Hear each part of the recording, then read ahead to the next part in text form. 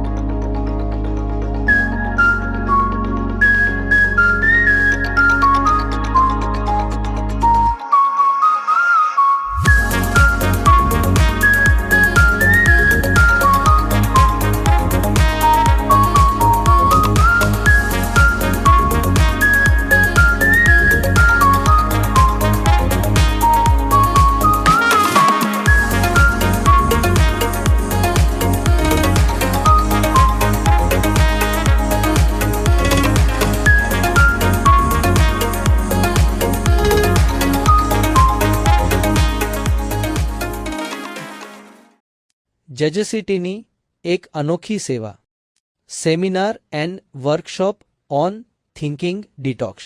2 કલાકમાં તમારા મનની સફાઈ કરો. માનસિક સ્વાસ્થ્યને હેલ્ધી રાખવા માટે અત્યંત ઉપયોગી નેગેટિવ વિચારોને કેવી રીતે કાબૂમાં રાખવા, ઓવરથિંકિંગ પર કંટ્રોલ કેવી રીતે કરવો, ગુસ્સા પર કાબૂ કેવી રીતે રાખવો, મનોદૈહિક કે માનસિક બીમારીઓની દવાના બંધનથી રાહત કેવી રીતે મેળવી, સ્ટ્રેસ, ચિંતાને દૂર કેવી રીતે કરવા, આ પ્રશ્નો ખૂબ જ સતાવે છે. તો આજે જ અમારા ફ્રી સેમિનાર થિંકિંગ ડિટોક્સમાં રજીસ્ટર કરાવો. નમસ્કાર દોસ્તો, આપ સૌએ અમારો પહેલો એપિસોડ જોયો અને ખૂબ જ પોઝિટિવ પ્રતિસાદ આપ્યો. એ બદલ હું આપ સૌનો ખૂબ ખૂબ આભાર વ્યક્ત કરું છું. Thank you so much. આપ સૌના પોઝિટિવ પ્રતિસાદને કારણે અમોને આની એક આખી સિરીઝ બનાવવાની પ્રેરણા મળી, જેના અનુસંધાનમાં આજે ખાસ દિવસે અમોએ સેકન્ડ એપિસોડનું શૂટિંગનું પ્લાન કર્યું છે, જેનો મેઇન વિષય છે મનોદિવ્યાંગતા.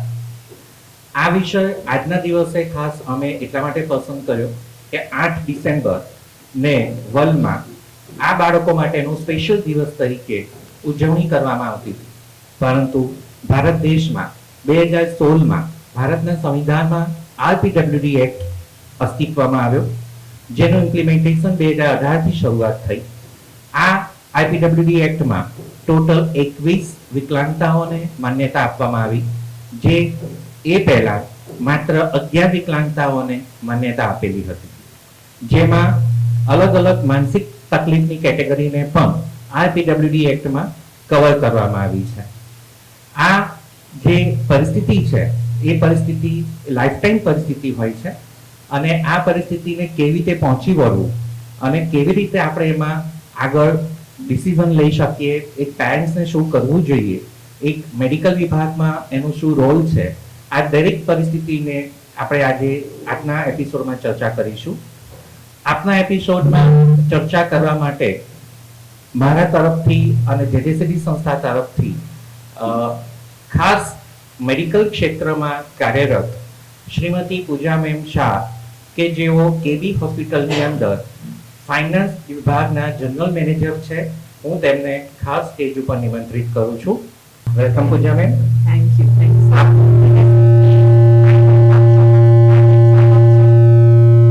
you, sir. Thank you for giving us this opportunity. Thank you. દોસ્તો, આજના વિષય પર વધુ સારી રીતે ચર્ચા કરવા માટે જેજેસીટી ટ્રસ્ટી શ્રીમતી ઉષાબેન શાહે ખાસ 2 NRI અતિથિઓને પણ નિમંત્રિત કર્યા છે. હું ઉષા મેમને ખાસ વિનંતી કરીશ કે તેઓ આજના NRI ગેસ્ટને લઈને પધારે. Welcome Usha ma'am. નમસ્કાર, ગુડ મોર્નિંગ. ઉષા મેમ કે જેઓને આપ સૌએ એપિસોડ 1માં નિહાળ્યા છે, તેઓ જેજેસીટીના ટ્રસ્ટી છે, લાયન્સ ક્લબના ઉચ્ચ હોદ્દેદાર છે, તેમજ વૃદ્ધાશ્રમમાં તેઓ અનેક સેવાઓ આપી ચૂક્યા છે અને હાલમાં પણ કરી રહ્યા છે. આજના આ NRI સ્પેશિયલ એપિસોડમાં હું ઉષા મેમને પણ ખાસ વિનંતી કરીશ કે તેઓ પણ મારી સાથે આ ચર્ચામાં એક્ટિવલી પાર્ટિસિપેટ કરે. Please Usha ma'am. Thank you so much. મને ખૂબ ગમશે કે આપે મને આજે ખાસ નિમંત્રિત કરી, તે બદલ હું આપ સૌની આભારી છું. સૌપ્રથમ તો હું આપણા દર્શકોને આજના ત્રણેય અતિથિઓની ઓળખાણ આપી રહી છું. દર્શક મિત્રો, આજના એપિસોડની ચર્ચાનો વિષય છે માનસિક દિવ્યાંગતા. આજના આપણા ત્રણેય અતિથિઓમાં UK લંડન નજીક માન્ચેસ્ટરથી 2 અતિથિઓ આવ્યા છે, જેઓ મૂળ ઇન્ડિયન છે, પરંતુ વર્ષોથી વિદેશમાં જ એટલે યુકેમાં રહે છે. સૌ પ્રથમ વાત કરું શ્રીમતી જ્યોત્સનાબેન પટેલની, કે જેમણે તેમની આખી જિંદગી ચાઇલ્ડ કેર ક્ષેત્રે અને સામાજિકના અલગ અલગ ક્ષેત્રમાં ખૂબ સારું કામ કર્યું છે અને એક્ટિવલી કાર્ય અત્યારે બી એ કરી રહ્યા છે. માન્ચેસ્ટરમાં તેઓને આ ક્ષેત્રે 25 વર્ષનો બહોળો અનુભવ છે. 1 થી 15 વર્ષના બાળકોની self care, health care, education care અને કેરિયર કેર માટે તેઓએ આખી જિંદગી ખૂબ કાર્ય કર્યું છે ને સાથે સાથે સ્પેશિયલ નીડ બાળકો માટે કામ કરવાનો તેમનો બહોળો અનુભવ વિદેશમાં રહ્યો છે.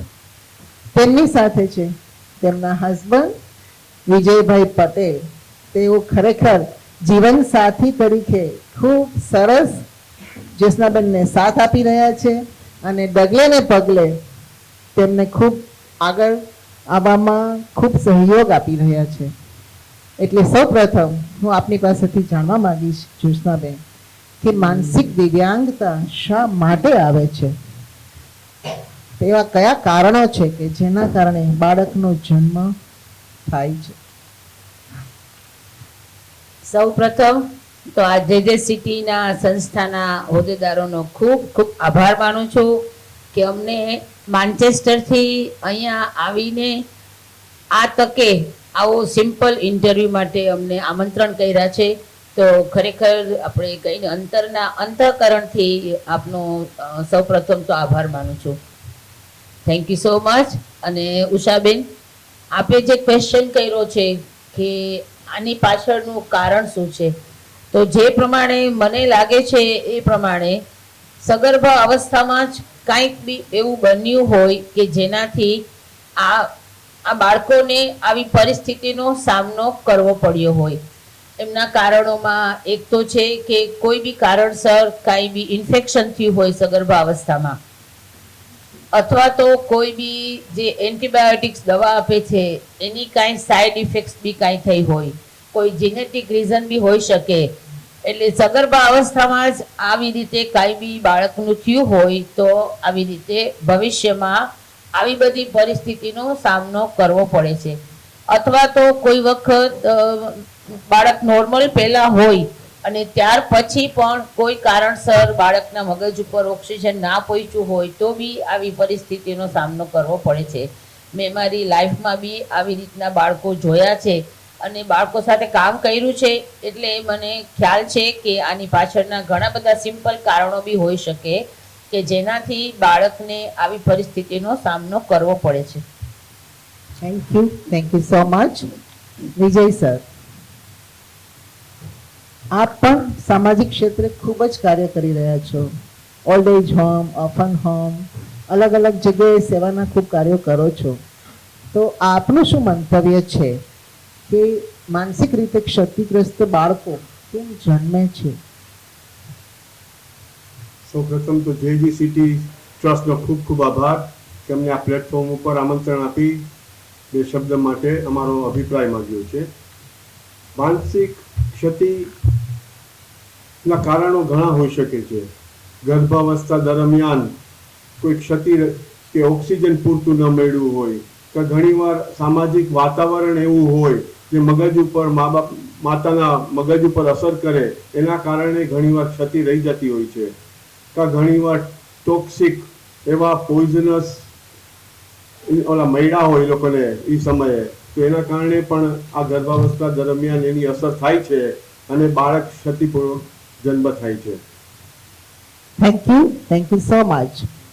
નાવ પૂજા મેમ, આપ પોતે ચાર્ટર્ડ એકાઉન્ટન્ટ છો. અલગ અલગ હોસ્પિટલો જેવી કે સાલ, સેલ્બી, અત્યારે કેડી હોસ્પિટલમાં આપ સારી પોસ્ટ પર બિરાજમાન છો. આપ મેડિકલ ક્ષેત્રે ઘણા બધા કાર્યો કરો છો અને એનું ફિલ્ડ પણ આપનું એ જ છે.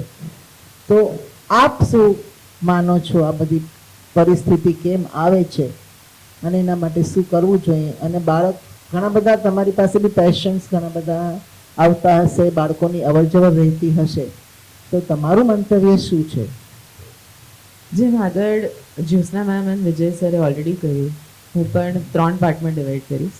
I think 20% of the deficiency is genetic, કે જેનેટિક્સના લીધે આ થઈ શકે છે.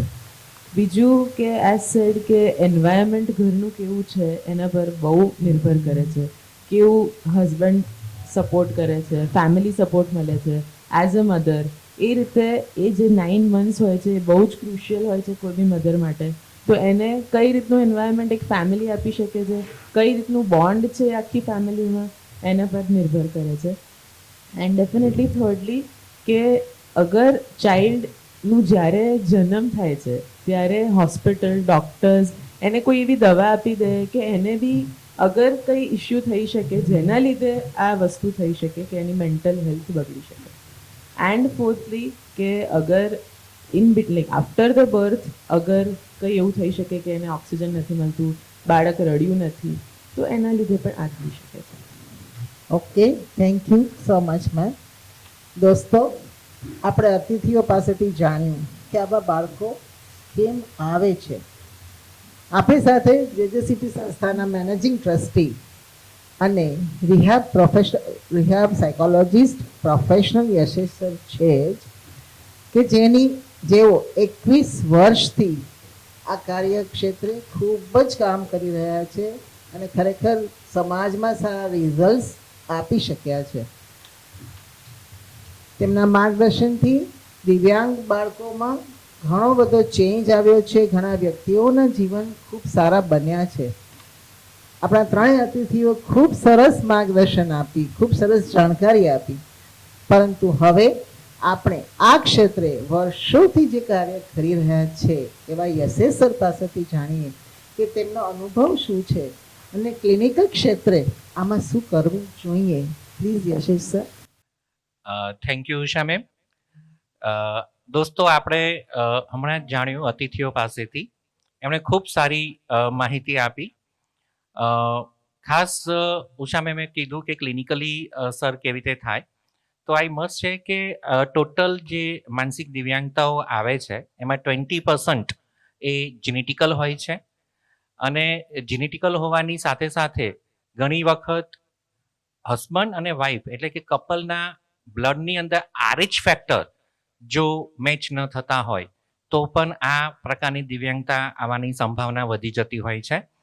એ સિવાય જ્યારે બાળક કન્સીવ થતું હોય, બાળકનો ગર્ભ રહેવાની જે સમય છે એ સમયે જો માતાની માનસિક પરિસ્થિતિ એ જો તણાવયુક્ત હોય, ટેન્શનમાં હોય, યા ઘરની અંદર કોઈ કંકાસ ચાલતા હોય, તો એવા એટમોસ્ફિયરની અંદર પણ આ બાળકોની અંદર માનસિક તકલીફ આવવાની શક્યતાઓ ખૂબ વધી જાય છે. માલ ન્યુટ્રિશન અને 0 to 9 મંથ એટલે કે ગર્ભાવસ્થા દરમિયાન માતાને જ્યારે કોઈ પણ પ્રકારની બીમારી લાગુ પડે છે, તાવ આવે છે અને એના માટે કોઈ એન્ટીબાયોટિક્સ આપવામાં આવે ત્યારે પણ આ સંભાવનાઓ વધી જતી હોય છે. એ સિવાય પ્રીમેચ્યોર ડિલિવરી કે બાળક ઘણી વખત 7મા 8મા મહિને બાળકનો જન્મ કરાવવો પડે, તો એવા સમયે પણ આ બાળકોની અંદર જ્યારે એનો બ્રેઇન વિકાસ થતું હોય અને એ સમયમાં જો બાળક બહાર આવી જાય તો આ સંભાવના ખૂબ વધી જતી હોય છે. તે સિવાય ડિલિવરી સમયે બાળક રડે નહીં, આવીને તરત જ જો બાળકનું જે ક્રાઇંગ હોય છે ને એ ક્રાઇંગ જો ન થાય ત્યારે બ્રેઇન સુધી ઓક્સિજન પહોંચતો નથી અને એ ઓક્સિજન ન પહોંચવાના કારણે પણ આ પ્રકારની દિવ્યાંગતા આવી શકે છે. જન્મ બાદ નજીકના સમયમાં જો 0 to 1 યરનો જે સમય છે, જેના માઇલસ્ટોન જે છે, એ માઇલસ્ટોન સમયમાં પણ જો બાળકના માઇલસ્ટોન નોર્મલ ના હોય અને જો તકેદારી ન લેવામાં આવે અને બાળકને કોઈ પણ પ્રકારની બીમારી, શરદી, ઉધરસ, તાવ, સિઝનલ જે પણ થતું હોય છે એને જો તાત્કાલિક સારવાર ન મળે તો પણ આ બાળકનું બ્રેઇન ડેમેજ થઈ શકે છે અને એના કારણે પણ એ જીવનભર આવી પરિસ્થિતિનો સામનો કરી શકે છે. તે સિવાય 0 to 4 યર્સની વાત કરીએ, જે બાળકનો અને આપણા સૌની જિંદગીનો સૌથી અગત્યનો સમય છે. સાયન્ટિફિક જોવા જાઓ તો આપણે બધા આખી જિંદગી એ જ જીવીએ છીએ જે આપણે 0 to 4 યર્સનું આપણું લર્નિંગ હોય છે. હવે એ સમયમાં જો બાળકને તાવ આવે યા એની સાથે ઘર કંકાસના લીધે કોઈ ઘટના ઘટી જાય છે યા રિજેક્શન ફિલિંગ વારંવાર આવે છે, આવા સંજોગોમાં પણ ઘણી વખત બાળકોને ખેંચ આવતી હોય છે અને ખેંચના કારણે બ્રેઇન ડેમેજ થાય છે અને એ ડેમેજના કારણે પણ આવી માનસિક પરિસ્થિતિનું સર્જન થતું હોય છે. અને આ પરિસ્થિતિ જનરલી 4 વર્ષ સુધી કે 5 વર્ષ સુધીમાં આઈડિયા આવી જતો હોય છે, પરંતુ ક્યારેક કોઈને કોઈ સંજોગોવશાત વાલીને કે પેરેન્ટ્સને આ પરિસ્થિતિની જાણ નથી થતી, એના કારણે પણ તકેદારી જે લેવાની હોય, જે અર્લી ઇન્ટરવેન્શન કરવું જોઈએ એ નથી થતું, એના કારણે પણ પરિવારને અને બાળકને જીવનભરની આ પરિસ્થિતિનો સામનો કરવો પડે છે. Thank you so much. Now આપણે જાણ્યું કે માનસિક વિકલાંગતા કેમ આવે છે. બાળક આવી તો ગયું, ઈશ્વર જે આપ્યું તે સ્વીકારવું જ રહ્યું, પણ આવી ગયું પછી એની કેર કેવી રીતે લેવી એ આપણે આજના ત્રણેય મહાનુભાવો પાસેથી થોડું જાણીએ. Thank you so much sir. આપની પાસેથી બી ઘણું જાણવા મળ્યું. હવે એક વખત બાળક જે આપણા લાઈફમાં આવી ગયું છે તો એની કેર કઈ રીતે કરવી, તો સૌથી પ્રથમ તો હું એના માટેનું ફર્સ્ટ વર્ડ જો વાપરું તો આઈ કેન જસ્ટ સે કે we have to have a patience. ધીરજ એ સૌથી પહેલો મહત્વનો મુદ્દો આપણી લાઈફમાં આપણે એક્સેપ્ટ કરવો જોઈએ. બાળકને જે રીતે છે એ રીતે આપણે અપનાવવું જોઈએ. એમને જે કંઈ બી જોઈતું હોય એનું આસપાસનું જે સરાઉન્ડિંગ વાતાવરણ હોય, ધારો કે એને કોઈ ગેમ્સમાં રસ છે તો એઝ અ પેરેન્ટ્સ આપણે એની સાથે બાળકની જેમ બનીને એની સાથે ગેમ્સમાં ઇન્ટરેસ્ટ લેવો જોઈએ. ધારો કે એને કોઈ પેઇન્ટિંગમાં રસ છે તો આજુબાજુમાં આપણે એવું વાતાવરણ કરવું જોઈએ જેથી કરીને જે બી બાળકની શક્તિ છે એને આપણે ખીલવવાની કોશિશ કરવી જોઈએ. ને બાળક સાથે આપણે સ્ટ્રિક્ટલી તો બિલકુલ નહીં વર્તવાનું. એઝ અ પેરેન્ટ્સ તરીકે નહીં પણ એઝ અ ફ્રેન્ડ્સ તરીકે જો આપણે વર્તન કરશું, કેમ કે મેં જે રીતે સ્કૂલોમાં નર્સરીમાં આટલા વર્ષો કામ કર્યું છે તો સૌથી પહેલાં તો ધીરજ રાખીને જે બી એના શોખ છે એ શોખને આપણે પ્રોત્સાહન આપવું જોઈએ. ઘણી વખત આપણે એ લોકોનું જે સેલ્ફ એસ્ટીમ હોય છે ને એને આપણે ડેમેજ કરી દઈએ છીએ કે બાળક કોઈ કહેશે કે હું આ કરી શકું છું, આઈ કેન ડુ ઇટ, પણ એઝ અ પેરેન્ટ્સ આપણે કહીએ કે no no no you can't able to do it. That's the first thing we have to cancel it, we have to change it. કે બાળકને આપણે પ્રોત્સાહન કે ના ના તું કરી શકીશ, તારામાં હિંમત છે, આઈ કેન હેલ્પ યુ. તો એનામાં જે બી શક્તિ છે ને એ શક્તિને આપણે બહાર લઈ આવશું, એ શક્તિને આપણે ખીલવવાની કોશિશ કરશું. પછી ઘણી વખત આપણી પાસે એટલો સમય ના હોય, હસબન્ડ કામ કરતા હોય અને માં કહેશે કે ભાઈ મારી પાસે આટલો સમય નથી, તો તમે તમારા ઘરનાની બી થોડી મદદ માગી શકો કે મને 2 કલાકની બ્રેક જોઈએ છે. તો તમને બી એ 2 કલાકની બ્રેકમાં તમે તમારું માઇન્ડને ફ્રેશ કરી શકશો ને વધારે સારી રીતે તમે બાળક સાથે આનંદથી રહી શકશો. ઘણી વખત ક્યાંક બાળકને તમે બહાર કોઈ એવા વાતાવરણમાં લઈ જાઓ કે જેથી કરીને એનું માઇન્ડ બી ફ્રેશ થાય ને એની સાથે તમે બી તમારો ટાઈમ સ્પેન્ડ કરી શકો. જે છે એને આપણે એક્સેપ્ટ કરી લેશું ને તો આપણી લાઈફસ્ટાઈલ ઘણી ઇઝી થઈ જશે. બાળકને તમે બોજ રૂપે ના જુઓ કે આ બાળક મારી લાઈફમાં એક બોજ તરીકે આવ્યું છે. ભગવાને જે બી શક્તિ આપણને આપી છે, જે બી આપણને ગિફ્ટ આપી છે એઝ એ બાળકની, તો આપણે પ્રેમથી જો સ્વીકારશું ને તો ઘણી સહેલતાથી આપણે એમનો સામનો કરી શકશું. કેમ કે મેં મારી લાઈફમાં બી આવા અનુભવો જોયા છે. અમારા ફેમિલીમાં જ એક બાળક એવું છે જે હમણાં સરે કીધું કે 4 વર્ષની ઉંમર સુધી બિલકુલ નોર્મલ હતું અને પછી સડનલી જ એકદમ તાવ આવી જતા એમને જે આંચકી કહીએ કે આપણે ફીટ કહીએ એ આવી ગયું. પણ અત્યારે 4 વર્ષની એજમાં જે બી એને બધું આવડતું હતું એ અત્યારે 25 વર્ષની ઉંમરે બી એને બધું યાદ છે. પણ ત્યાર પછી એમનું જે બી ડેમેજ થયું ને એ તરત થઈ ગયું, પણ ખૂબ જ એમને સ્વીકારી લીધું એમના પેરેન્ટ્સે ને પછી જેટલી બી હેલ્પ થતી હતી ને એ બધી જ હેલ્પ એમણે કરી. તો જે બી ડેમેજ થયું હતું ને એમાં ચાલો વધારે તમે ડેમેજ ના થઈ શકે અને જે બી આજુબાજુમાં એમનાથી જેટલી બી હેલ્પ થતી હતી સ્પેશિયલ નીડની સ્કૂલમાં મોકલીને અમુક ગેમ્સ ઘરે વસાવીને ને કર્યું, તો અત્યારે એ બાળકનું તમે ખૂબ સરસ ડેવલપ જોઈ શકો છો. તો હું તો એ જ કહીશ કે ધીરજ રાખીને, ફર્સ્ટ થિંગ ધીરજ રાખો, બાળકને બાળક તરીકે સ્વીકારો, ફ્રેન્ડ તરીકે તમે મા બાપની એમની જે બી ઈચ્છાઓ હોય એને સપોર્ટ કરો, પ્રોત્સાહન આપો, તો ચોક્કસ આપણું બાળક એમની શક્તિને બહાર ખીલવી શકશે. આપણે કહીએ 5 ઇન્દ્રિય કરતાં બી એમની જે 6th સેન્સ છે ને એ વધારે પાવરફુલ હોય છે અને આપણે એના ઉપર જ વર્ક કરશું તો ચોક્કસ એમને સફળતાથી મળશે. Thank you ma'am. Now Vijay sir, આપનું શું મંતવ્ય છે આ બાબતમાં? માનસિક સક્ષમતા એ કોઈ રોગ નથી કે જેનો કોઈ આપણે ઉપાય ન કરી શકીએ.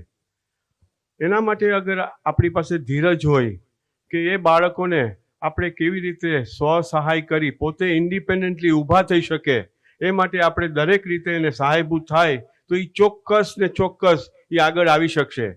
અહીં અમારે વિદેશોમાં ઘણી સંસ્થાઓ છે, ગવર્મેન્ટનું ફંડિંગ ને બધું ખૂબ મળે છે ત્યાં. એટલે ત્યાંના બાળકોને એ લોકો સારી સારી સ્કૂલોમાં એડમિશન આપે છે, સ્વતંત્ર સ્કૂલ એ લોકો માટે ઊભા કરે છે ને એવા સ્પેશિયલ ઇન્ડિપેન્ડન્ટ માણસો પણ એ લોકો માટે રાખે છે જે એ લોકોને પર્સનલી 1 to 1 એટેન્ડ કરી એ લોકોની જરૂરિયાતો પ્રમાણે એટેન્ડ કરી એ લોકોને પોતે કેવી રીતના એની શક્તિઓ ખીલવી શકે એ માટે દરેક રીતે સહાયભૂત કરે છે.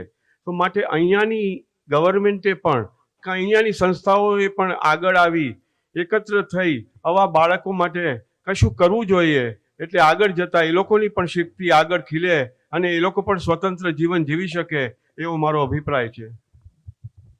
Thank you so much sir.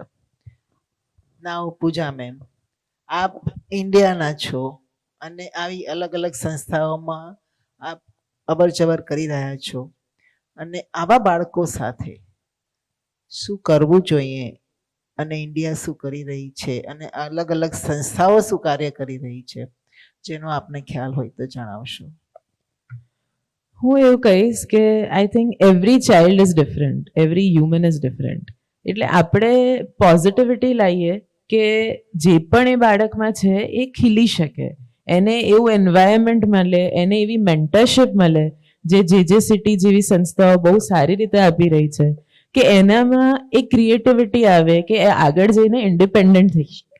અત્યારે ઘણા બધા એવા આપણે કહીશું કે વ્હીલચેર્સ છે કે ઘણું બધું એવું છે, ટેકનોલોજી એવી છે કે જેના લીધે એ પર્ટિક્યુલર હ્યુમન બિઈંગ કે જે બી ડિસેબિલિટી છે કે મેન્ટલ ઇલનેસ છે એને બહુ સારી રીતે એ ઓવરકમ કરી શકે છે. પણ અગર એને એવું એન્વાયરમેન્ટ મળે, એવી પોઝિટિવિટી મળે, પ્રોપર ગાઈડન્સ મળે તો I think everything is possible. આપણે ઘણા બધા મૂવીઝ જોઈએ છે જેમ કે તારે જમીન પર છે, એટલા બધા મૂવીઝમાં દેખાડે છે કે અગર મેન્ટરશિપ પ્રોપર મળે તો છોકરાઓ ક્યાંના ક્યાં આગળ વધી શકે છે. એટલે it is not only physical, mental, એટલે જે તમે આપશો એ રીતે આગળ વધશે. અને આપણે જોયા છે ઘણા એક્ઝામ્પલ્સ બી, જેમ કે હેલન કેલર છે, સ્ટીફર્ડ વોકિન્સ છે, એટલે એ લોકો બી બ્લેક હોલ થિયરી એ લોકોએ ડેવલપ કરી છે.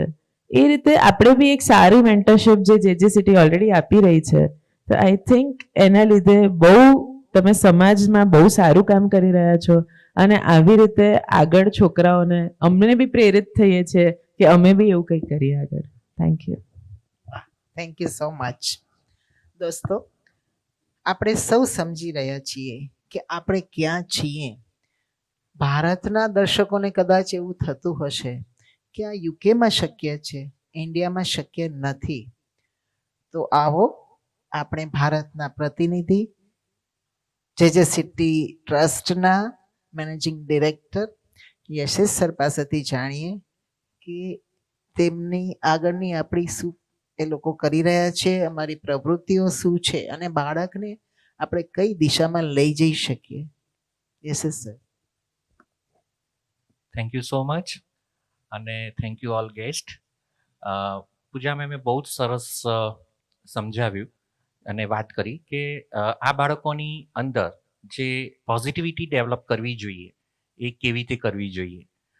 એના માટે ઘણા બધા માધ્યમો છે આપણા ભારતમાં કે જેના થકી આપણા બાળકોનું પુનર્વસન, એટલે કે આપણી વચ્ચે જ એ લોકો આપણી જેમ નોર્મલ જિંદગી જીવે એવું આપણે ચોક્કસ કરી શકીએ. જ્યાં સુધી મારું મંતવ્ય છે ત્યાં સુધી કોઈ પણ પેરેન્ટ્સે પોતાના બાળકનું સાચું ડાયગ્નોસ, સાચું નિદાન એ શક્ય એટલું વહેલું કરાવી લેવું જોઈએ. અમારી સંસ્થામાં ઘણી વખત 20 વર્ષનું બાળક આવે તો પણ એનું સાચું ડાયગ્નોસ પેરેન્ટ્સ નથી જાણતા હોતા. જ્યાં સુધી તમને તમારા બાળકની તકલીફ નહીં ખબર હોય ત્યાં સુધી તમે એ દિશામાં સાચું કાર્ય નહીં કરી શકો.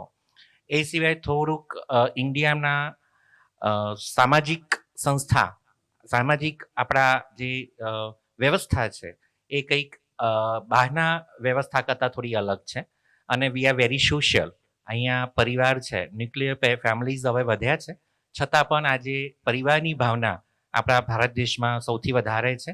એના લીધે આ બાળકો ઘણી વખત સચવાઈ પણ જાય છે અને ઘણી વખત શ્રદ્ધા અને અંધશ્રદ્ધાની અંદર પણ વાલી ગરકાવ થઈ જતું હોય છે. એટલે ઘણી વખત જે સમયે જે બાળકનું નિદાન કરીને એના માટે જે ટ્રીટમેન્ટ અથવા તો થેરાપી કરવાની હોય એ મળતી નથી.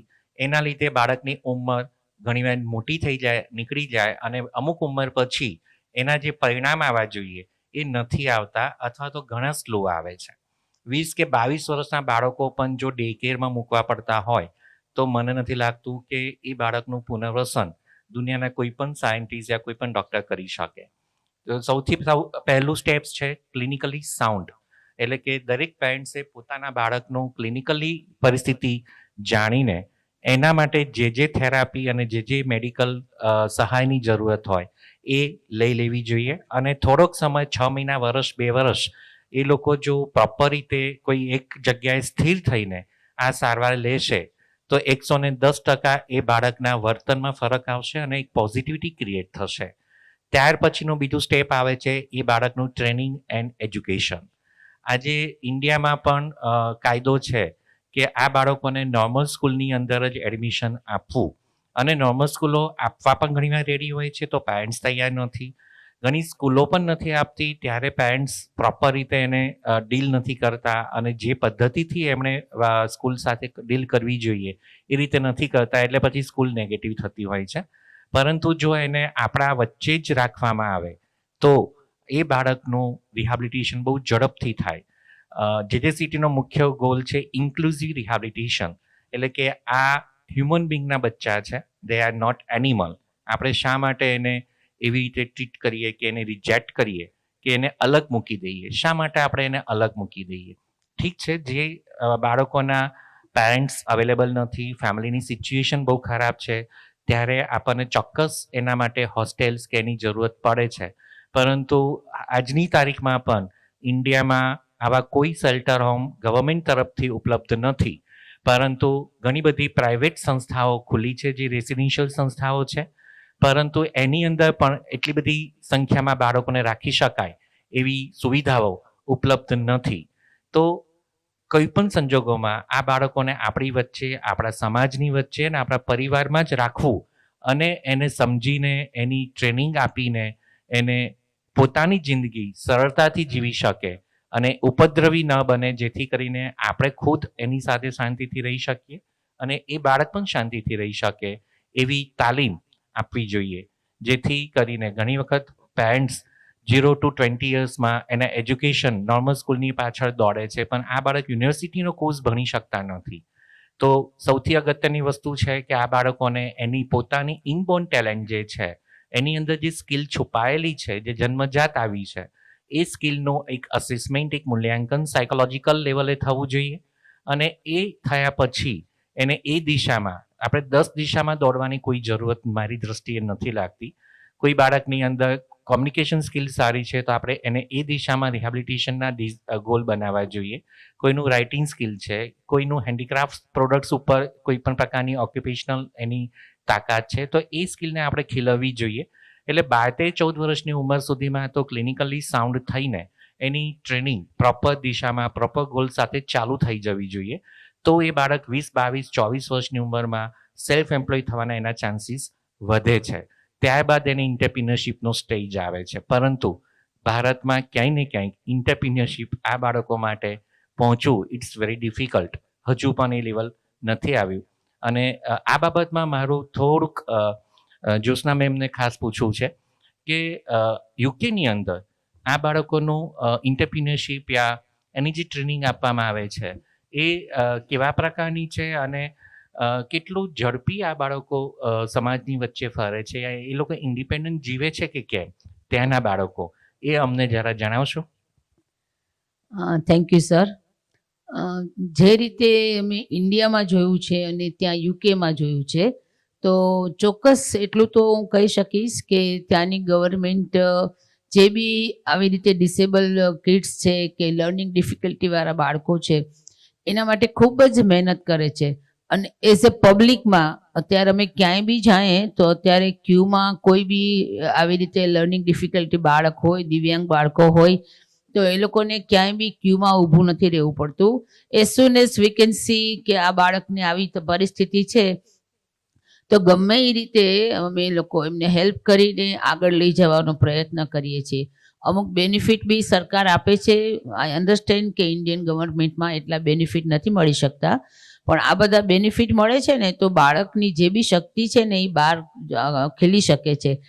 અમે ત્યાં માન્ચેસ્ટરમાં પાસ્ટમાં એક પ્રોગ્રામ કર્યો હતો કે જે આ બધા દિવ્યાંગો બાળકો છે એમાં કોઈ એકદમ સરસ રીતે મ્યુઝિક વગાડી શકતું હતું, કોઈ એકદમ સરસ રીતે ગાઈ શકતું હતું, કોઈ સરસ રીતે તબલા વગાડી શકતું હતું. તો ખૂબ જ સુંદર અમે સ્પેશિયલ નીડના બાળકો માટે આખું ફંડ ભેગું કર્યું ને એ બધા બાળકોએ ખૂબ સરસ પ્રોગ્રામ કર્યો. એટલે આવો પ્રોગ્રામ જ્યારે જોયો ત્યારે એમ થયું કે જો બાળકને આવી બધી શક્તિ છે એનામાં છે એને ખીલવાનો ચાન્સ જો આપણે આપીએ ને તો એ બાળક ખરેખર આગળ આવી શકે છે. પણ થોડી જેમ મેં પહેલાં કીધું કે ધીરજ રાખીને કરીએ, પ્રેમ, શ્રદ્ધા અને અર્પણતા. જો આપણે બાળકોને આટલી હૂંફ આપીએ છીએ, આટલો સ્નેહ આપીએ છીએ તો બાળકો ચોક્કસ આપણને એનામાં જે બી શક્તિ છે ને એનું આપણને સામે બેનિફિટ બતાવશે જ, એમાં કોઈ શંકા જ નથી. ને મેં ઘણા વર્ષો કામ કર્યું છે ધીરજથી બાળકોને જ્યારે બી કામ કરીએ છીએ ને તો ઘણી વખત જે બારે પ્રેમ નથી મળતો ને એ આપણે કાર્યકર્તાઓ જે છે, જે અહીંયા બી મેં જોયું છે આ જે સિટી સંસ્થામાં બી કે જે રીતે બાળકોને પ્રેમથી તમે લોકો અહીંયા રાખો છો તો બાળકોને જે કોઈ વખત ઘરે ન મળતો હોય ને એ પ્રેમ અત્યારે આ સ્કૂલમાં મળે છે. ને બાળક ખુશી ખુશી સ્કૂલમાં મેં જોયું છે કે ખુશી ખુશી બાળક અંદરમાં આવે છે અને જ્યારે સ્ટાફ એને વેલકમ કરે છે ને તો એના મનમાં બી એક આશાનો સંચાર ઊભો થાય છે કે મને અહીંયાથી કાંઈક મળી શકશે ને હું કાંઈક મારી લાઈફમાં આગળ વધી શકીશ. એવી રીતે યુકેમાં ખૂબ સરસ રીતે આવા બધા બાળકોને એક્સેપ્ટ કરીએ છીએ, એટલે નોર્મલ સ્કૂલમાં જ મોકલીએ છીએ. એવું નથી કે આ બાળક નહીં શીખી શકે તો એને આપણે પાછળ પાડીએ કે ના ના તારાથી નહીં થાય.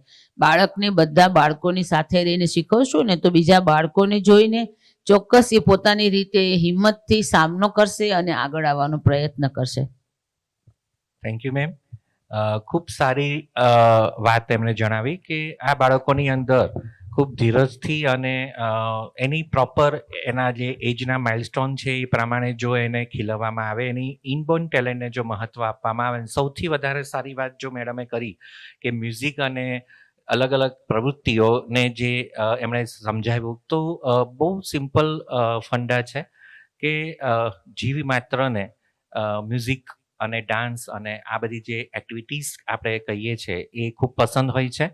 અને એ બધી જ જે પ્રવૃત્તિઓ છે એને એક્સપ્રેસિવ થેરાપી તરીકે પણ હવે દુનિયા જોઈ રહી છે.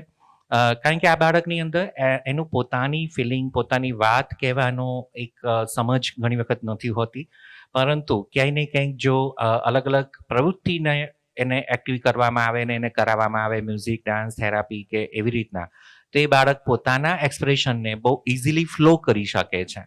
અને એ ઇઝીલી ફ્લો થવાથી એનું સફોકેશન ઘણું ઓછું થાય છે. અને એના લીધે એને જે ટ્રીટમેન્ટ આપવામાં આવે, જે થેરાપી આપવામાં આવે છે, બિહેવિયર થેરાપી યા cognition behaviour therapy, occupational therapy, sensory integrations જે કરવામાં આવે છે એમાં એ ઝડપ વધી જાય છે. કારણ કે ઘણી વખત આ થેરાપી વર્ષો સુધી લેવાની આવે છે તો પણ વાલી ખૂબ કંટાળે છે, થાકીને બંધ કરી દે છે અને એના કારણે બાળકો પાછા પડે છે. તો સાથે સાથે દરેક પ્રકારની થેરાપીને લઈને જો કરવામાં આવે તો આ બાળકોનું પુનર્વસન કરવું અને એની લેવલ સુધી ટ્રેનિંગ આપીને સેલ્ફ એમ્પ્લોયડ કરવા એ ખૂબ સરળ બની જાય છે. અને અમે જે સિટીમાં આ રીતના વર્કઆઉટ થઈ રહ્યું છે ને I think so not only in જે સિટી, ગુજરાતની મોટાભાગની સંસ્થાઓ હવે આ એક્સપ્રેસિવ થેરાપીનો ઉપયોગ કરી રહી છે. ઘણી બધી સંસ્થાઓ છે કે જે ટુગેધર કામ કરવામાં પણ માને છે અને અમે ભેગા થઈને આ કાર્ય અલગ અલગ રીતે ચોક્કસ કરી રહ્યા છીએ. Thank you so much.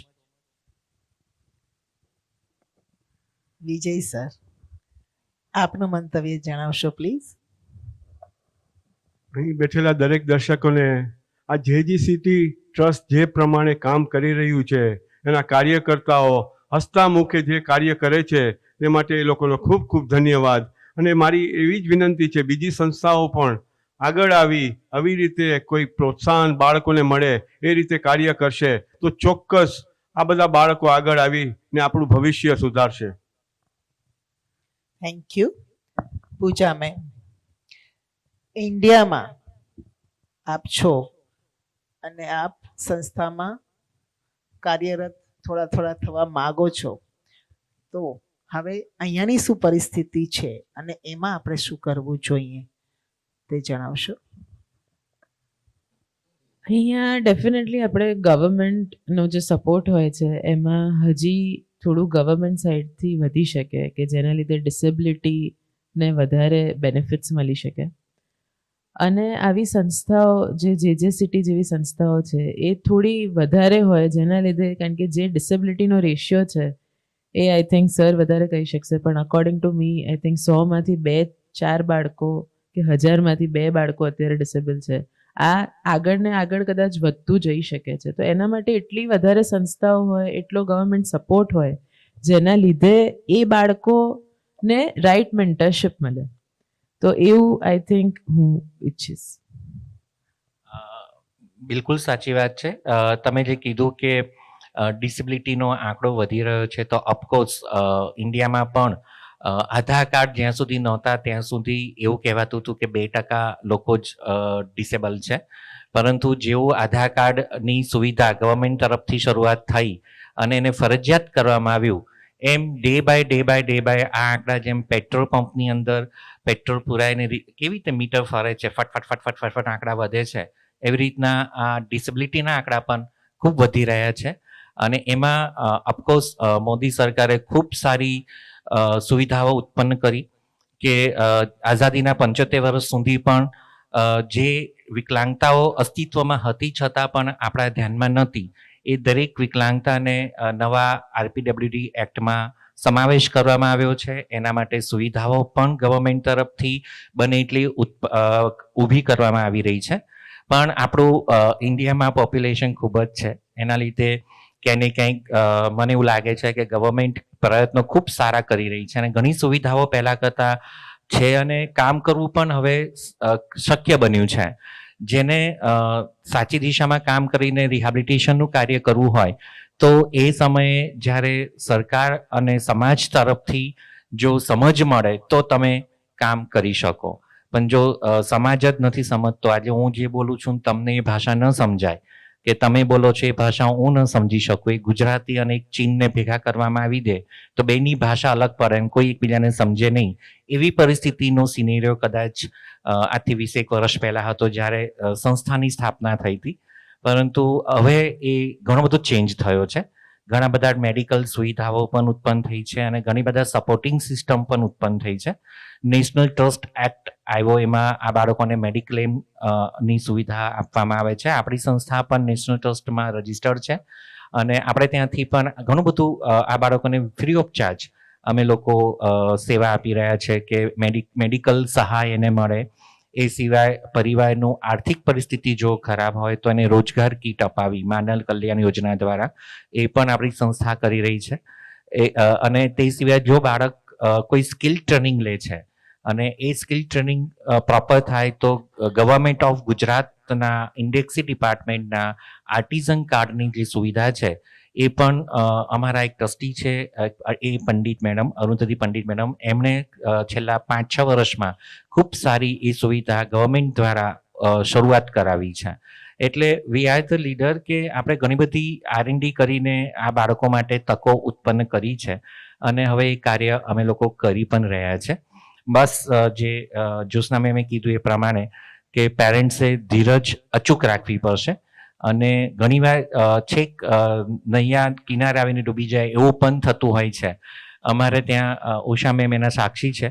છેલ્લા 7 વર્ષથી જેઓ ટ્રસ્ટીમાં છે, ઘણા બાળકો રિહેબિલિટેશનની સાવ નજીક હોય અને પેરેન્ટ્સ હિંમત ગુમાવી દે ત્યારે એ બાળકની નૈયા ત્યાં ઊભી રહી જાય છે. આઈ થિંક સો આ બાબતમાં હું ઉષા મેમને વિનંતી કરીશ કે તેઓ સંસ્થામાં 7 વર્ષથી છે ને આવા ઘણા બધા કેસીસ એમણે નજર આગળ ફીલ કર્યા છે અને એમણે પોતે કાઉન્સેલિંગ કરેલું છે પેરેન્ટ્સનું. તો તેઓ કંઈક આ વાલીને આ બાળક માટે કંઈક સાચી દિશા બતાવે.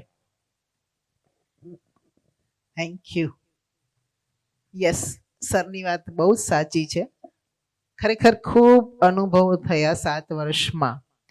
અમુક વાર એમ થાય કે પેરેન્ટ્સ કેમ આ નથી સમજતા, એમને ખ્યાલ જ આવે છે કે મારું બાળક અત્યારે આ સ્ટેજ પર પહોંચી ગયું છે જેમાંથી એને જીવનની નવી દિશા મળવાની છે, પણ લાસ્ટ એન્ડમાં કંઈક ને કંઈક પેરેન્ટ્સમાં ખબર નહીં શું આવી જાય છે કે જેના લીધે એ બાળકને સ્કૂલમાંથી રિમૂવ કરે છે અને પોતાની કદાચ ક્યાંક સામાજિક વ્યવસ્થા, ક્યારેક કદાચ ફાઇનાન્શિયલી પ્રોબ્લેમ હશે અથવા તો માતા પિતા ખુદ ખૂબ કંટાળે છે કે હવે મારાથી આગળ શક્ય નથી.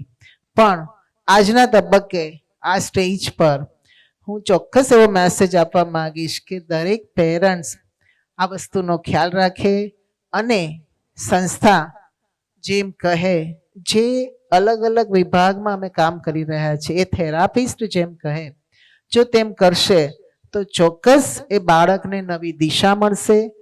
અને એ જ આપણે જોઈએ છીએ, પેરેન્ટ્સને ખુદને બી આ જોઈએ છે, પણ દરેક પેરેન્ટ્સ ચોક્કસ આ ખ્યાલ રાખે તેવી મારી ઈચ્છા છે, મારી મનોકામના છે.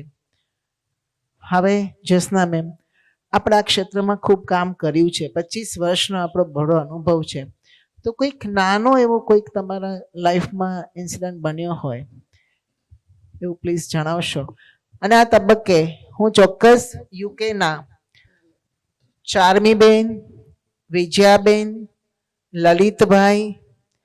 લલિતાબેન અને ચંપાબેનને ચોક્કસ યાદ કરીશ કે એ પણ ત્યાં રહીને અમારી સંસ્થામાં ખૂબ જ સારું એવું ડોનેશન આપે છે અને ફરીથી આવું ને આવું ડોનેશન અમને આપતા રહેશો અને આ બાળકને આગળ વધવામાં સહાય કરશો. Thank you ma'am. Thank you Ushaben. અને જે આ 4 વ્યક્તિના નામ લીધા એ લોકોનું બી એ જ, એટલે કે લલિતાબેન, ચંપાબેન, ચાર્મીબેન અને વિજયાબેન મહેતા. ખાલી એક જ વાત કરેલી મેં કે આવી રીતે આ સંસ્થા કામ કરે છે, તો એ લોકોએ એમાંથી ચાર્મીબેન તો અહીંયા આવીને જોઈ ગયા છે ને મને કહે કે મારી આંખમાં પાણી આવી ગયા જ્યારે મેં જોયું ત્યારે. અને બાકીના બી 3ને જ્યારે વાત કરી તો કે ના, આપણાથી જે થાય આપણે અહીંયાથી આપણે મદદ કરી શકશું. તો થેન્ક યુ અગેન. અને જે રીતે મને વાત કરી કે કોઈ એવો કિસ્સો તમે બતાવો, તો આઈ કેન જસ્ટ સે કે મેં મારી લાઈફમાં જે કામ કર્યું છે, સ્પેશિયલ નીડના બાળકોને જો એ લોકોના ઘરમાંથી હૂંફ નથી મળતી તો ટીનેજર જ્યારે થાય છે તો કમ્પ્લીટલી એ લોકો આડા રસ્તે જતા વાર નથી લાગતી, પગ લપસતા વાર નથી લાગતી. અને એમાંથી જો જ્યારે ઘરમાંથી આપણે હૂંફ ના આપીએ તો either they can go for smoking, drinking, drugs લે છે. તો આવું બધું ન થાય, કેમ કે ટીનેજર એક વખત થાય ને તો ત્યાંની ગવર્મેન્ટમાં અમારે એવું છે કે તમે 16 વર્ષ પછી કે 18 વર્ષ પછી તમે બાળકોને બહુ કાંઈ કહી ના શકો. અહીંયાની જેમ કાંઈ તમે એ લોકોને આપણે જેમ ધમકી આપીએ એવી રીતે કાંઈ નથી કહેવાતું. તો ત્યારે આ ટીનેજર જ્યારે ઘરમાંથી હૂંફ ના મળે ને ત્યારે એમાંથી કઈ રીતે લાઈન એમની ચેન્જ થઈ જાય છે. અને સ્પેશિયલી ત્યાં યુકેમાં ડ્રિંકિંગ છે, સ્મોકિંગ છે, ડ્રગ્સ છે, એ બધું બહુ કોમન થઈ ગયું છે. એટલે આવા ટીનેજરને આપણે ઘરમાં જ રાખીને એ લોકોને જે રીતની સગવડ જોઈતી હોય, મા બાપને બ્રેક જોઈતી હોય તો ત્યાં એવી રીતે બ્રેક બી મળી શકે છે. પણ આપણે ધીરજ રાખીને આવા ટીનેજરને સ્પેશિયલ આ એજમાં એ લોકોનો પગ લપસી ન જાય. કેમ કે ઘણી વખત આપણે જોઈએ છે કે પેરેન્ટ્સના ડિવોર્સ જલ્દી થઈ જતા હોય છે અને એનાથી બાળકોને આ બધી અસર ખૂબ થાય છે. કેમ કે અત્યારે જોઈએ તો સહનશીલતાની ખામી આવી ગઈ છે, તમારી એકબીજાની કહીને કમ્પેરિઝન વધી ગઈ છે. ત્યારે આ બધા બાળકો ઉપર અસર ન થાય એના માટેની ખાસ તકેદારી રાખવાની જરૂર છે. Thank you. ખૂબ સાચી વાત કરી મેડમે કે ક્યાંય ને ક્યાંક પેરેન્ટ્સના ઇન્ટરનલ કોન્ફ્લિક્ટ્સ જે છે એ બાળકોનું જીવન તહસ-નહસ કરી રહ્યું છે. અને not only special need kid વાત કરીએ, આપણે આ દરેક બાળકને આ તકલીફ પડી રહી છે અને એના લીધે જ માનસિક તકલીફોના કેસીસ અધધ વધી રહ્યા છે, માનસિક બીમારીઓ પણ ખૂબ વધી રહી છે. અને પર્ટિક્યુલર જો સ્પેશિયલ નીડ બાળકોની વાત કરીએ તો ઓફકોર્સ ઇન્ડિયાની અંદર કદાચ હજુ 100% એને ઇકોનોમિકલી આર્થિક સહાય કદાચ સરકાર તરફથી નથી, પરંતુ હા એના માટે એના પ્રોટેક્શનના કાયદા બહુ સારા બન્યા છે. નેશનલ ટ્રસ્ટ એક્ટની અંદર ગાર્ડિયનશિપ સર્ટિફિકેટ્સની વ્યવસ્થા છે, જેમાં પેરેન્ટ્સે એનું પોતાની જે પણ પ્રોપર્ટીઝ છે એનું વિલ કરીને એમાં ગાર્ડિયનશિપ 18 વર્ષનું બાળક થાય એટલે એને ગાર્ડિયન તરીકેનું સર્ટિફિકેટ લેવું આવશ્યક બની જાય છે. કાયદો છે પણ હજુ એ કદાચ પેરેન્ટ્સ એટલા અવેર નથી, અને જે પેરેન્ટ્સને નથી ખબર એ પેરેન્ટ્સે આ વસ્તુને ખૂબ સારી રીતના સમજીને આગળ વધવું જોઈએ. તેમજ જેટલું વહેલું વાલી પોતે આ બાળકના માટે એનું આર્થિક વ્યવસ્થા જેટલું સારી રીતના ગોઠવી શકશે એટલું આ બાળકની સિક્યુરિટી વધુ સારી રહેશે. અને આવી વ્યવસ્થા ચોક્કસ ભારત દેશમાં હવે છે, કદાચ અમુક વર્ષો પહેલા નહોતી, પરંતુ હવે આ સુવિધાઓ છે. પણ હા, ઓફકોર્સ કે થોડુંક તકલીફ ત્યાં આવે છે કે પેરેન્ટ્સ બધું ઘણા જાણે પણ છે, પરંતુ ત્યાં સુધી પહોંચતા નથી, યા કોઈને કોઈ કારણથી ડરે છે, યા સોશિયલ ક્યાંય ને ક્યાંય સ્ટિગ્મા છે, એક ટેબુ છે, અને ઇમોશનલ બ્રેકડાઉન કે જોઈન્ટ પરિવાર હોય અને પપ્પાને કે મમ્મીને કરવું હોય છે, પણ એના સિબલિંગ્સ ઘણીવાર રેડી નથી થતા, અને કદાચ સિબલિંગ્સ નથી તો કાકા બાપાના જે ફેમિલીઝના જે હોય છે એ લોકો પણ રેડી નથી થતા, અને એના લીધે પેરેન્ટ્સ આગળ નથી વધતા. તો આઈ રિક્વેસ્ટ ઓલ પેરેન્ટ્સ કે કાયદો બનેલો છે, ઇન્ડિયામાં પણ ઘણી સુવિધાઓ છે, ઘણા કાયદા છે તમારા બાળકને સિક્યોર કરવા માટે. તો એ કાયદાનો સાચી દિશામાં સમજ કેળવીને એનો ઉપયોગ કરવાનું અચૂક શરૂ કરો. અને એ સુવિધા પણ જીજી સિટીમાં લાઈફ આફ્ટર અસ નામનું એક અમારું ડિપાર્ટમેન્ટ છે, જેની અંદર આના સ્પેશિયલ ફાઇનાન્સ માટેના પ્લાનિંગ કરી આપવાના સીએ છે, એડવોકેટ્સ છે, ફાઇનાન્સ એડવાઇઝર્સ છે. તો એમના દ્વારા તમે પોતાના બાળકને અચૂક સિક્યોર કરી શકો છો. અને again thank you so much આપ સૌનો કે આપે ખૂબ સારી રીતે અમને બધાને દર્શક મિત્રોને માહિતી આપી. અને ખાસ તો મને એ વધારે ગમ્યું કે એક UK government and Bharat India ગવર્મેન્ટમાં શું ફેરફાર છે, શું કરી શકાય છે, શું શક્યતા છે, એના વિશે એક ક્લિયર પિક્ચર આજે આપણે આપણા દર્શક મિત્રોને આપી શક્યા. એ માટે આપ સૌનો ખૂબ ખૂબ આભાર વ્યક્ત કરું છું. હું જ્યોત્સના મેમને વિનંતી કરીશ કે એમના તરફથી કંઈક એમણે હમણાં એક વર્ડ યુઝ કર્યો કે music is a best medicine. તો કદાચ મને એવું છે કે એમના તરફથી કંઈક ક્રિએટિવિટી આ બાળકો માટે આપણને આ આટલા પ્રોગ્રામના એન્ડિંગમાં આપણને મળે. એનામાં એક ટેલેન્ટ છે કે ઓન ધ સ્પોટ સિચ્યુએશનને આધારિત એ વર્ડ બનાવી અને મ્યુઝિકમાં સરસ રીતે ગાઈ શકે છે. આપણે એને નિહાળીએ. Thank you so much. I feel so blessed to come here. અને જે બી આ સંસ્થા જે સિટી સંસ્થા કામ કરે છે એના માટે એક બે કડીનું ખાલી ક્વિક અત્યારે હું રજૂ કરું છું. ઝીણો ઝીણો ઉડે રે ગુલાલ જે સિટી સંસ્થામાં, લાલ લાલ ઉડે રે ગુલાલ જે સિટી સંસ્થામાં. બાળકોનો ઉછેર સારી રીતે થાય છે, સંસ્થાના હોદ્દેદારો સેવા કરે છે, પ્રેમ શ્રદ્ધા અર્પણતા યા દેખાય જે સિટી સંસ્થામાં. લાલ લાલ ઉડે રે ગુલાલ જે સિટી સંસ્થામાં. આપણે બધા એને સાથ આપીએ, સહકારને મદદ જેમ જેમ કરીએ, બાળકોને આગે લઈ જઈએ ને મનો વિકાસ કરીએ. લાલ લાલ ઉડે રે ગુલાલ જે સિટી સંસ્થામાં. Thank you. Thank you so much. આપની આ યોજના ખૂબ સરસ છે, પણ જો આમાં સોનામાં સુગંધ ત્યારે ભરે કે લોકોને આ ગવર્મેન્ટની યોજનાઓની પૂરેપૂરી જાણકારી મળે, અને એના કારણે એ લોકો યોજનાના લાભ સુધી પહોંચે. જે વ્યક્તિ વંચિત રહ્યા છે એને લાભ મળે એ માટે આપ કંઈક કરો. ચોક્કસ, થેન્ક યુ સર. અને આપણે એક એપિસોડ એવો પણ ચોક્કસ કરીએ છીએ કે જેની અંદર આપણા ભારત દેશમાં જે પણ યોજનાઓ છે એની માહિતી આપણે સમાજ સુધી પહોંચાડીએ, જેથી જે પરિવારો એનાથી વંચિત છે અને ઘણી બધી માહિતી પરિવાર નથી જાણતા એ લોકો જાણી શકે અને પોતાના બાળક માટે ખૂબ સારું એક પ્લેટફોર્મ તૈયાર કરે અને એનું લાઈફ સુધારી શકે. Thank you so much sir.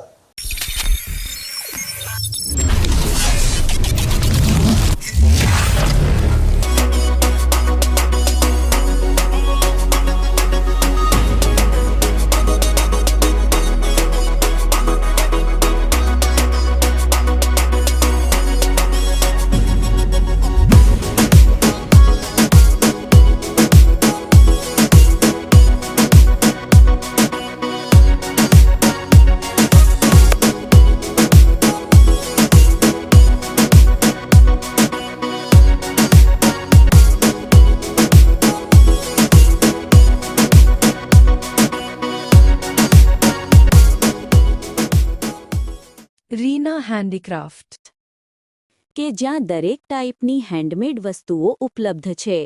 હાથ બનાવતી ચીજ વસ્તુઓને ડિઝાઇનર લેવલ પર ક્રિએટ કરવામાં આવે છે, જેમાં મહિલા અને દિવ્યાંગ સશક્તિકરણ માટે તેમના દ્વારા બનાવવામાં આવે છે.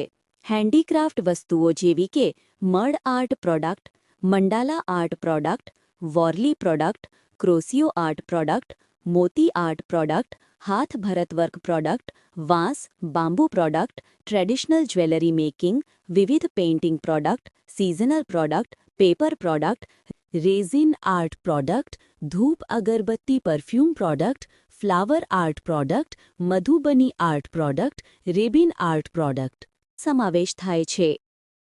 JJCTના entrepreneurship and skill development programme Reena handicraft દ્વારા કન્ડક્ટ થાય છે, જેમાં સ્પેશિયલ કિડ્સ અને તેમના એસ્કોર્ટને ટ્રેનિંગ આપવામાં આવે છે. રીના હેન્ડીક્રાફ્ટ પાસેથી ખરીદી કરીને મનોદિવ્યાંગ લોકોને આત્મનિર્ભર બનવામાં મદદ કરી શકો છો.